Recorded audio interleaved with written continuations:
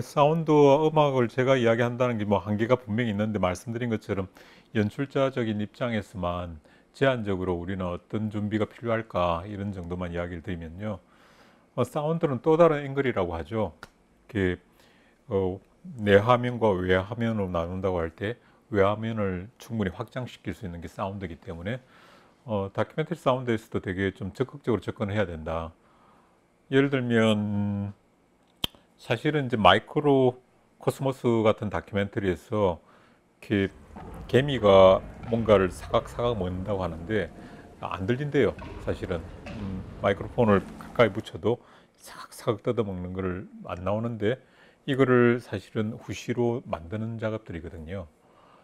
그 사각사각 이렇게 먹는 게 지금 배가 고파서 먹는 건지 아니면 그냥 배가 불러서 먹는 건지조차도 사운드에서 만들어낼 수가 있는 부분인데, 동일하게 우리는 후시까지는 안 된다 하더라도 지금 채집된 어문을 가지고 우리가 어떻게 극대화시킬 건가 하는 거는 참 많이 있는 것 같아요.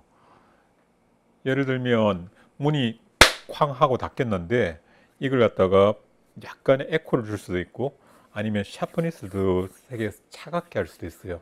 같은 문을 쾅 닫는데 이거를 조금 웅장하게, 좀 가볍게 또는 차갑게 이렇게 색온도만큼이나 그 사운드의 그 온도차나 무드를 확실히 바꿀 수가 있다는 거죠.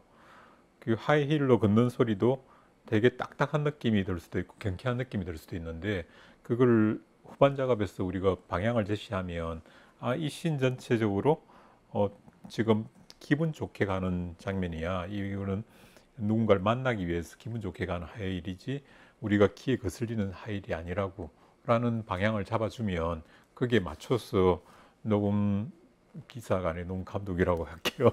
감독님이 이렇게 잘 사운드를 맞춰줄 수가 있거든요. 그게 없다면 전체적인 개인을 조정해주는, 목소리가 잘 들리게끔 하는 정도로 기준점만 잡아주기 때문에 이러한 데서 조금 작은데 큰 변화를 줄 수 있다고 생각이 들어요. 무슨 말인가 하면 사운드는 좀 직접적이거든요. 우리가 눈을 감고 있어도 들리고 설거지를 하면서 라디오를 들을 수도 있고요. 이처럼 우리가 인식을 크게 안 하고 있고 주의를 안 가지고 있어도 잘 들리게 되고 또 영향을 주게 됩니다. 그래서 저는 표현을 할 때 사운드의 적효성이라는 식으로 표현을 하는데, 효과적이다는 거, 즉각 효과를 낸다는 표현을 하는데요.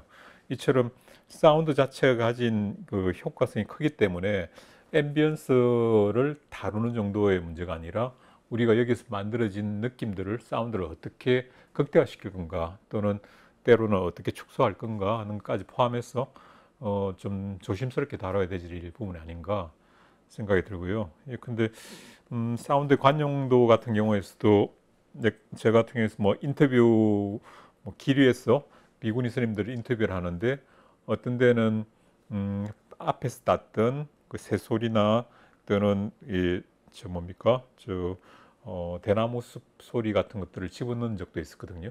분명히 찍었다고 찍었는데 소리가 안 들려요. 그래서 그걸 따로 따서 대나무 숲 소리를 넣어서. 만약에 동진으로 태어난다면 학교도 제대로 가고 싶고, 대학 졸업하고 추가할.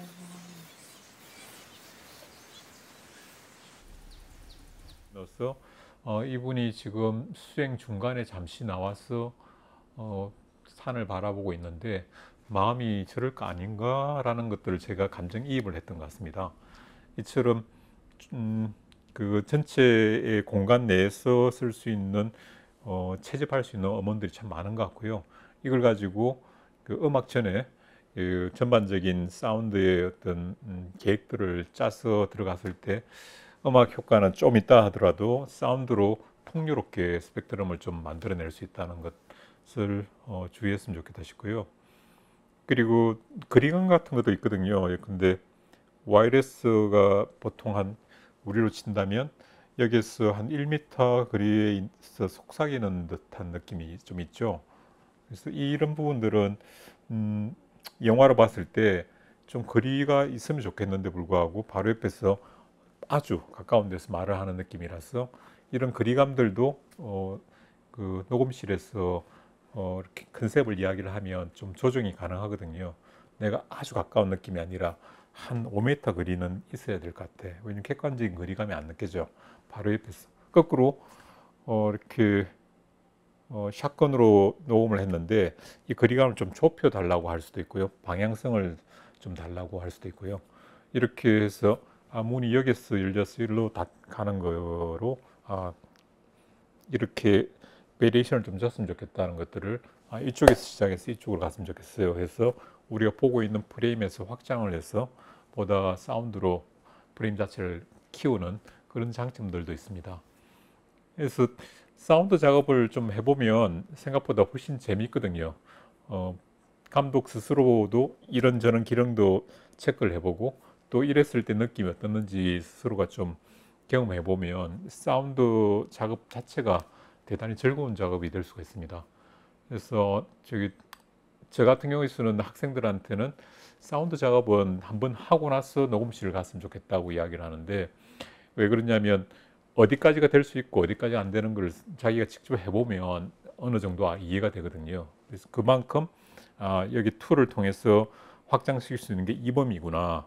그걸 알고 있으면 촬영할 때도 좋지만 녹음실 가서도 정확한 디렉션을 줄 수가 있거든요. 불가능한데 내가 요구하고 있는 건지 가능한데 동기사가 지금 피곤한 건지 이런 걸 잘 판단할 수 있다 할까요? 그래서 한 번 정도는 꼭 자기가 녹음 믹싱까지 한번 해보라고 한 뒤에 다시 녹음실로 갔을 때 훨씬 더 정확한 디렉션을 줄 수가 있습니다.